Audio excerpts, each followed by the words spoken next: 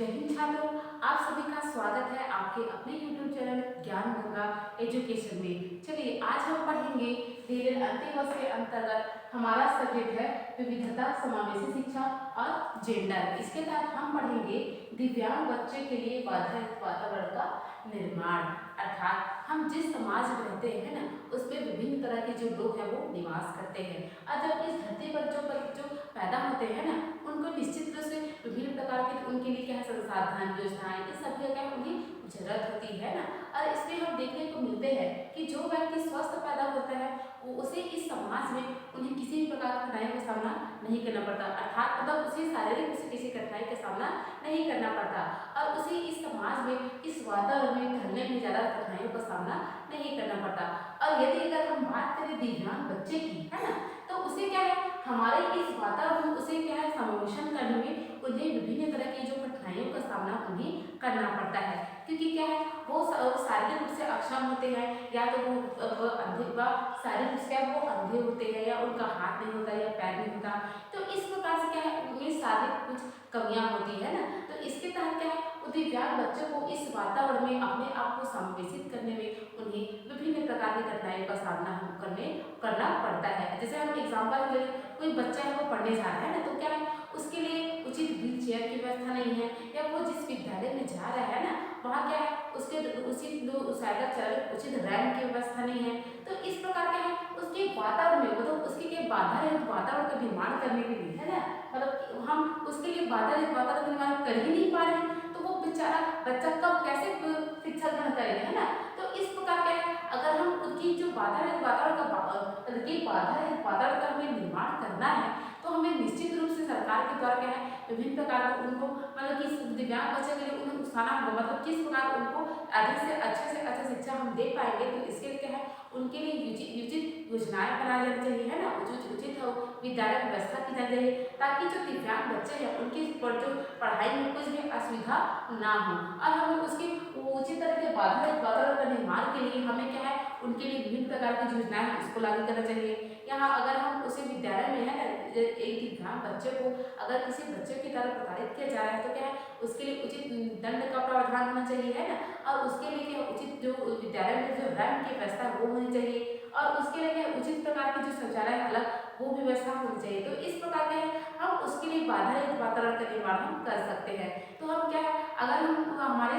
वातावरण में है ना आज उचित प्रकार के संसाधनों की व्यवस्था हो है ना, विभिन्न प्रकार की सभी सुविधा उपलब्ध हो तो निश्चित रूप से दिव्यांग बच्चे हैं उन्हें जीवन में किसी भी कठिनाई का सामना करना नहीं पड़ेगा है ना। सही बात है अगर उन्हें सभी सुविधाएं प्राप्त हो जाए तो उन्हें किसी भी प्रकार की कठिनाई का सामना नहीं करना पड़ेगा।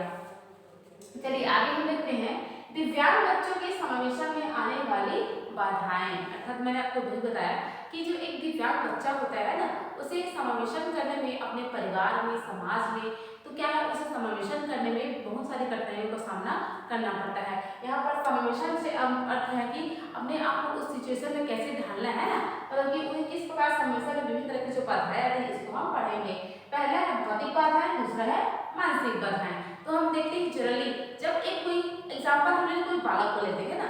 अगर वो विद्यालय जा रहा है तो क्या है अगर उस उचित उसे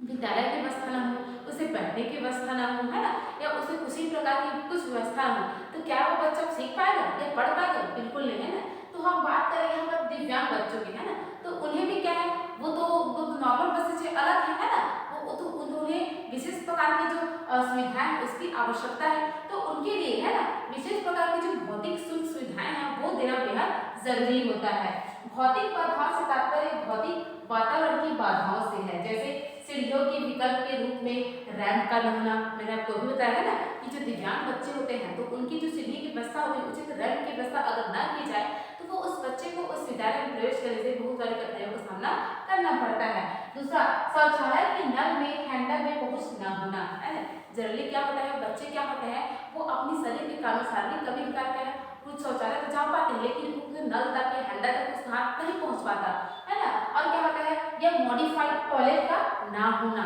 तो इस प्रकार क्या है उन्हें विभिन्न प्रकार की जो असुविधाएं हैं वो देखने को विद्यालय में मिलती है और बैठने के लिए अनुकूलित टेबल कुर्सी का अभाव है ना। उनके लिए क्या है जो दिव्यांग बच्चे होते हैं उन्हें विभिन्न प्रकार की जो असुविधाएं वो होती हैं। अगर हम बात करें उसके टॉयलेट की या उसके टेबल की, तो इस तरह की जो बाधाएं वो हमें देखने को मिलता है और वो उस विद्यालय में विभिन्न प्रकार के जो अभाव के कारण वो वहाँ जाना नहीं चाहता और क्या है वो इस प्रकार की असुविधा के कारण वो शिक्षा से वंचित भी रह जाता है। अब हम देखते हैं दूसरा मानसिक बाधाएं। देखिए दूसरी जो सबसे बड़ा एक कारण है मानसिक बाधाएं, है ना। एक दिव्यांग बच्चे को उसे उन्हें विभिन्न प्रकार से जो बाधित करने में सबसे बड़ा एक कारण है मानसिक बाधाएं, मतलब लोगों की रूढ़िवादी सोच जो व्यक्ति को निश्चित रूप से एक दिव्यांग बच्चे को आगे तो बढ़ने नहीं देती, साथ ही साथ एक व्यक्ति को भी क्या है एक परिवार को समाज को आगे बढ़ने नहीं देता। क्योंकि एक लोगों की हम बात करें मानसिक बाधाओं के तहत, तो इसमें क्या होता है जनरली हम देखते हैं ना, अगर जिसके घर कोई दिव्यांग बच्चा पैदा हो जाता है तो उसको अगर शिक्षा दिया जाए चाहे या ग्रहण कराने की बात की जाए तो वहां पर बोला जाता है कि ये दिव्यांग बच्चा है, ये पढ़ लिख कर क्या करेगा, है ना, ये तो दिन भर घर में पड़ा रहेगा। तो ऐसे इस तरह की जो लोगों की रूढ़िवादी सोच है वो हमें देखने को मिलती है और इससे क्या होता है वो बेचारा शारीरिक रूप से अक्षम तो होता ही है, साथ ही साथ लोगों की इस तरह जो बातें होती है वो उसे और ही कमजोर बना देता है और उसमें जो ताकत रहता है कि मैं ये कर सकता हूँ वो उसी लोगों की रूढ़िवादी सोच है वो तोड़कर रख देती है और इसी सब कारण वो बेचारा बच्चा क्या है वो बिल्कुल भी आगे बढ़ नहीं पाता। तो इस तरह क्या है लोगों की जो मानसिक बाधाएं हैं, मतलब कि मानसिक रूप से उनकी जो सोच है वो दिव्यांग बच्चों को लेकर बाधा का काम करती है और उन्हें आगे बढ़ने नहीं देती है। एक परिवार में हम देखें क्या करते हैं कि मेरा बच्चा विकलांग है तो ये क्या पढ़ लिख कर क्या करेगा, ये तो घर में ही रहेगा, मैं इसकी देखभाल करूंगा, है ना। तो इस प्रकार का है वो उसके प्रति सोच जो होती है वो रूढ़िवादी होती है ना। वो क्या करता है वो कुछ कर ही नहीं सकता, इस तरह वो सोच कर उस बच्चे को घर में ही दबा हुआ कुचला वो छोड़ देता है। तो इस प्रकार वो निश्चित रूप से वो आगे नहीं बढ़ पाता।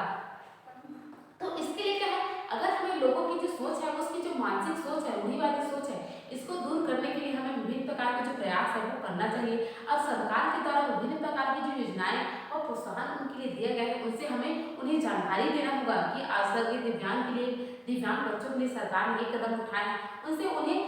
मतलब कि अवगत कराना होगा, तभी वो उस सुविधाओं के बारे में जान पाएंगे और उस योजनाओं का वो लाभ उचित लाभ उठा पाएंगे। तो इस तरह क्या है वो उनके जो लोग हैं ना वो भी क्या करेंगे, अगर सरकार के द्वारा इस तरह अगर उनके लिए उचित कदम उठाए जाएंगे तो वो भी उसका फायदा उठाना चाहेंगे और उनकी जो सोच है वो भी हटेगी, है ना। और वो निश्चित रूप से अगर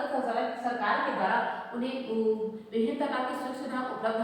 करवाएं तो निश्चित रूप से वो अपने बच्चे को जो दिव्यांग बच्चे हैं उन्हें विद्यालय को निश्चित रूप से भेजेंगे और वो बच्चे भी है ना अपनी जो मानसिक सोच है उसको बदल कर वो निश्चित रूप से विद्यालय पढ़ने जाएंगे और वो जो नॉर्मल बच्चों की तरह वो भी जीवन में आगे बढ़ेंगे।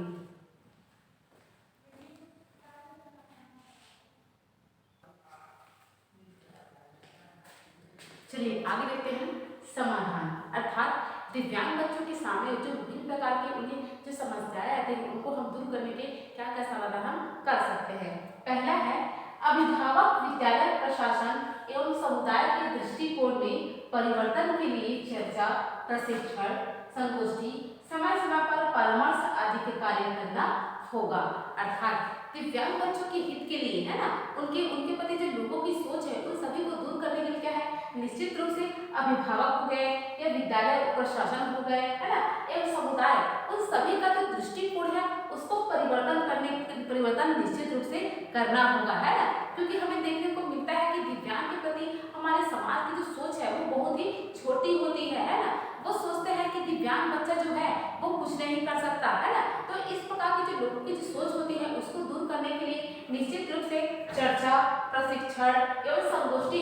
मतलब कि क्या है सेमिनार की उनके समय में चर्चा करना है, संगोष्ठी कर सकते हैं, समय समय पर उनके लिए क्या है परामर्श कर सकते हैं। तो इस प्रकार क्या है उनके हित के लिए विभिन्न प्रकार के हम क्या कर सकते हैं अपने विचारों को व्यक्त करके, है ना, तथा उनके बारे में विभिन्न प्रकार के हम उनके सलाह देके हम लोगों की सोच में निश्चित रूप से हम परिवर्तन वहाँ पर हम कर सकते हैं, ताकि जो दिव्यांग बच्चे हैं ना उनके प्रति जो लोगों की सोच है वो निश्चित रूप से बदले। और इसके लिए क्या है उनके परिवार विद्यालय प्रशासन और समाज इन सभी का दृष्टिकोण निश्चित रूप से बदलना अनिवार्य है। क्योंकि इन्हीं सब कारणों के कारण क्या है बच्चे क्या करते हैं वो उनकी छोटी सोच के तहत वो विद्यालय नहीं जा पाते हैं ना, और वो क्या करते हैं कि ये बच्चा पढ़ लिख कर क्या करेगा, है ना, ये तो पढ़ ही नहीं सकता ना कहीं आ जा सकता है। तो इस प्रकार उनकी जो सोच प्रति उसको दूर करना बेहद ही अनिवार्य है। तो इसी सब को हटाकर उनके लिए हम बाधा रहित वातावरण का निर्माण निश्चित रूप से हम कर सकते हैं।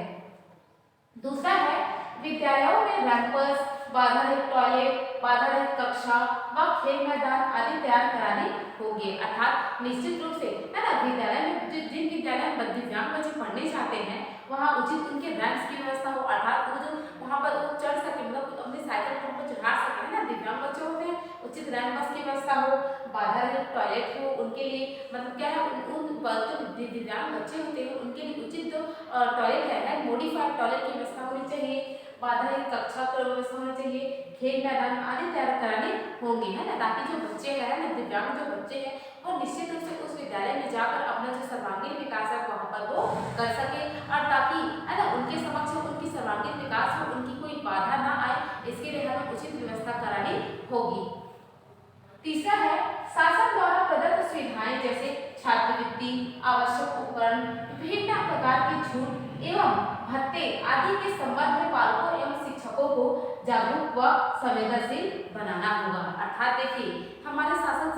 के द्वारा क्या है दिव्यांग बच्चों के लिए विभिन्न प्रकार की जो योजनाएं हैं या प्रोत्साहन है वो उन्हें दिया जाता है। तो कभी कभी हमें देखने को मिलता है इन सभी योजनाओं के बारे में ना तो उनके पालकों को पता होता है ना ही उनके शिक्षकों को पता होता है। तो इनके लिए क्या है हमें उनको इस जो सुविधाएं हैं उन सभी से उन्हें जागरूक कराना होगा तथा इन सभी सुविधाओं के प्रति उन्हें संवेदनशील बनाना होगा, ताकि वो जो क्या है उन सभी सुविधाओं को लाभ उठा सके तथा अपने बच्चे को निश्चित रूप से पढ़ने के लिए विद्यालय भेज सके, तथा सरकार द्वारा बनाई गई जो इतनी प्रकार की जो व्यवस्थाएं हैं ना उनके लिए छात्रवृत्ति की व्यवस्था हो गई, उन्हें विभिन्न प्रकार के उपकरण हो गए, है ना, रोजगार या छूट भत्ते या भत्ते हो गए, छूट एवं भत्ते। तो इस प्रकार के जो विभिन्न प्रकार की सरकार के द्वारा बनाई गई जो योजनाएं हैं इनके बारे में वो जान सकेंगे, है तो इसके लिए हमें उन्हें निश्चित रूप से जागरूक करना होगा ताकि वो इसके बारे में जानकर जानकारी प्राप्त करके उनको निश्चित लाभ हो उसका उठा सके।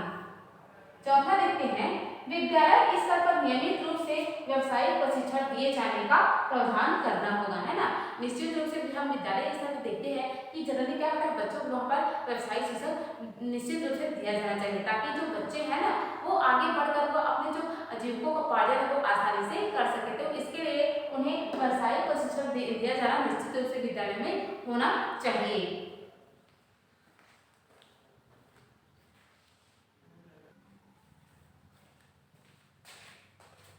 आगे देखते हैं हम इन समाधानों के द्वारा क्या कर सकते हैं, हम दिव्यांग बच्चों को है ना साधन की तरह जो बनाई गई विभिन्न प्रकार की जो योजनाएं हैं उनसे हम उन्हें अवगत कराकर उन्हें निश्चित उनका लाभ उठाने के लिए हम उन्हें प्रेरित निश्चित रूप से कर सकते हैं, क्योंकि उनके लिए क्या है हम एक जिस समाज में रहते हैं क्या है उन्हें दिव्यांग बच्चों को है ना उन्हें विभिन्न तरह से क्या है प्रताड़ित किया जाता है या उन्हें एकदम निम्न समझा जाता है। तो इसी सिचुएशन से क्या उन्हें उबारने के लिए है ना सरकार ने उनके लिए विभिन्न प्रकार की जो योजनाएं हैं उसको लागू किया है ताकि वो भी आम इंसान की तरह अपना जीवन यापन कर सके, है ना। तो उसके लिए तरह तरह की जो सुविधाएं हैं वो सरकार के द्वारा लागू की गई है और जिसके द्वारा है ना उन्हें क्या है साइकिल प्रदान की जाती है, उन्हें छात्रवृत्ति प्रदान की जाती है और उन्हें विभिन्न प्रकार की जो छूट है वो भी वो विद्यालय के तहत उन्हें दिए जाते हैं और उन्हें विभिन्न प्रकार की जो सुविधा सुविधाएं उनके लिए सरकार ने है ना अलग अलग तरह की जो योजनाएं है उसको बनाया है। उक्त समाधानों को ध्यान में रखने पर ही हम इन दिव्यांग बच्चों के लिए शाला पर और समाज में बाधा रहित वातावरण का निर्माण कर पाएंगे, है ना। इन सभी समाधानों के द्वारा हम क्या कर पाएंगे इन दिव्यांग बच्चों के लिए हम उचित प्रकार से उनके शाला में मतलब विद्यालय में है ना और समाज में हम उनके लिए बाधा रहित वातावरण का निर्माण निश्चित रूप से कर पाएंगे, है ना। जाहिर सी बात है अगर हम उनके लिए क्या है विभिन्न प्रकार की सुविधाएं होंगी तो उनके लिए बाधा रहित वातावरण का निर्माण करना एकदम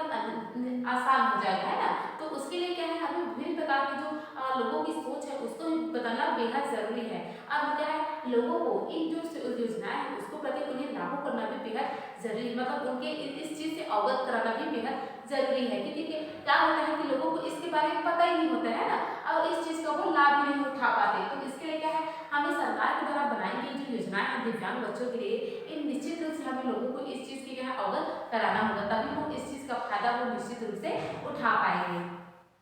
और इन्हें अध्यापन के क्षेत्र में पूर्ण रूप से समावेशित कर पाएंगे। इन बच्चों के लिए बाधा रहित वातावरण का निर्माण करना अति आवश्यक होगा, है ना। निश्चित रूप से हम अगर बच्चों के लिए उनके बाधा रहित वातावरण का निर्माण करेंगे तो वो क्या करेंगे निश्चित रूप से उसमें वो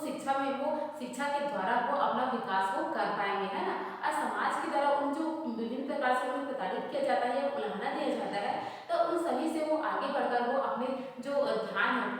की ओर लगाएगा। तो इस प्रकार के हमारे समाज में, परिवार में, विद्यालय में दिव्यांग बच्चों के लिए क्या है, विभिन्न प्रकार की जो सुविधाएं वो निश्चित रूप से होनी चाहिए। और सबसे मेन चीज कि जो लोगों की जो मानसिक सोच है ना दिव्यांग बच्चों के प्रति, वो हमें सही रखना बेहद जरूरी है। क्योंकि लोग क्या करते हैं, अपनी छोटी सोच के तहत उन बच्चों को क्या है, उन्हें शिक्षा से वंचित करते हैं। मतलब वो समझते हैं कि ये बच्चा दिव्यांग है, अपंग है, अपाहिज है, तो ये पढ़ लिख कर क्या कर लेगा, है ना, क्या उखाड़ लेगा। तो इस तरह उनकी जो सोच है इसको हमें दूर करना बेहद जरूरी है। और उनकी सोच में हमें अच्छी चीज लानी होगी कि वो दिव्यांग बच्चा भी क्या है, वो पढ़ लिख कर आगे बढ़ सकता है ना, और हमारे समाज के विकास में अपना योगदान वो दे सकता है। तो इस प्रकार के हमारे शासन के द्वारा उनकी शिक्षा के लिए विभिन्न प्रकार की योजनाएं हैं वो बनाई गई हैं। और हमारी ये फर्ज बनता है, हमारे एक नागरिक, देश के नागरिक होते हुए, कि हम उस जो दिव्यांग बच्चे हैं उनके उनके तक ये जो सुविधाएं है वो पहुंचाएं, तथा इन सभी सुविधाओं के बारे में उन्हें जानकारी दें, उनके पालक को बताएं, या अगर किसी विद्यालय में शिक्षकों को इनकी जानकारी नहीं है तो उनको भी इस चीज से अवगत कराकर उन बच्चों के हित में विभिन्न प्रकार के जो समाधान की जो योजनाएं हैं उसको लागू करने के लिए उन्हें प्रेरित करें, तथा उनको आगे बढ़ने के लिए अपना निश्चित रूप से उसमें सहयोग प्रदान निश्चित रूप से हम उसमें कर सकते हैं।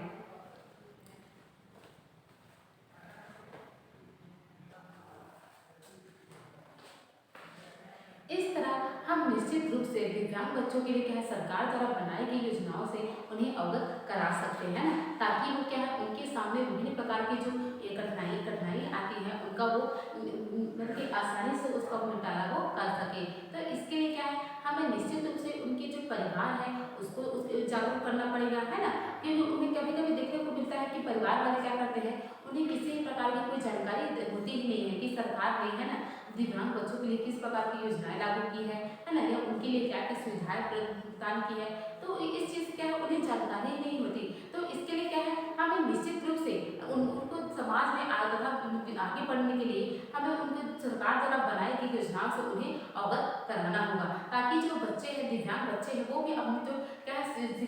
शिक्षा प्राप्त कर सके, वह जिंदगी में आगे बढ़ सके। तो इसके लिए उन्हें बेहद जरूरी है कि इसके प्रति हम उन्हें सचेत कराएं, है ना। क्योंकि हमें देखने को मिलता है कि दिव्यांग बच्चों क्या है, समाज में उन्हें विभिन्न प्रकार की जो कठिनाइयों को सामना करना पड़ता है ना। यहाँ तक कि उसके परिवार वाले भी कभी कभी वो हार मान जाते हैं कि हमारा ये बच्चा अपाहिज है, तो ये पढ़ लिख कर क्या करेगा। तो इस तरह क्या है, वो हार मान जाते हैं। तो इन्हीं सब स्थिति से क्या होता है, उस दिव्यांग बच्चे के मन पर भी उसका काफी प्रभाव हमें देखने को मिलता है। अगर उसमें थोड़ी बहुत भी शक्ति होती है कि मैं ये कर लूंगा, तो वो लोगों को अपने परिवार की जो हताशा भरी उनकी सोच होती है उसको देखकर उसकी जो मनोबल है वो टूट जाता है। तो इसके कारण क्या करता है, वो कोशिशें नहीं करता। तो इस तरह क्या है, उनकी जो स्थिति है वो सुधर नहीं पाती है ना, और वो सरकार द्वारा बनाई गई योजनाओं को भी वो लाभ नहीं उठा पाते। तो इसके लिए हमारा ये कर्तव्य बनता है कि हमें निश्चित रूप से हमें इस योजनाओं के प्रति हम उन्हें सचेत कराएं, अवगत कराएं, ताकि क्या है, वो जीवन में आगे बढ़ सके तथा शिक्षा का उचित लाभ वो उठा सके, और सरकार द्वारा बनाई गई इन योजनाओं का वो उचित लाभ उठाकर अपने जीवन में वो निश्चित रूप से वो आगे बढ़ सके।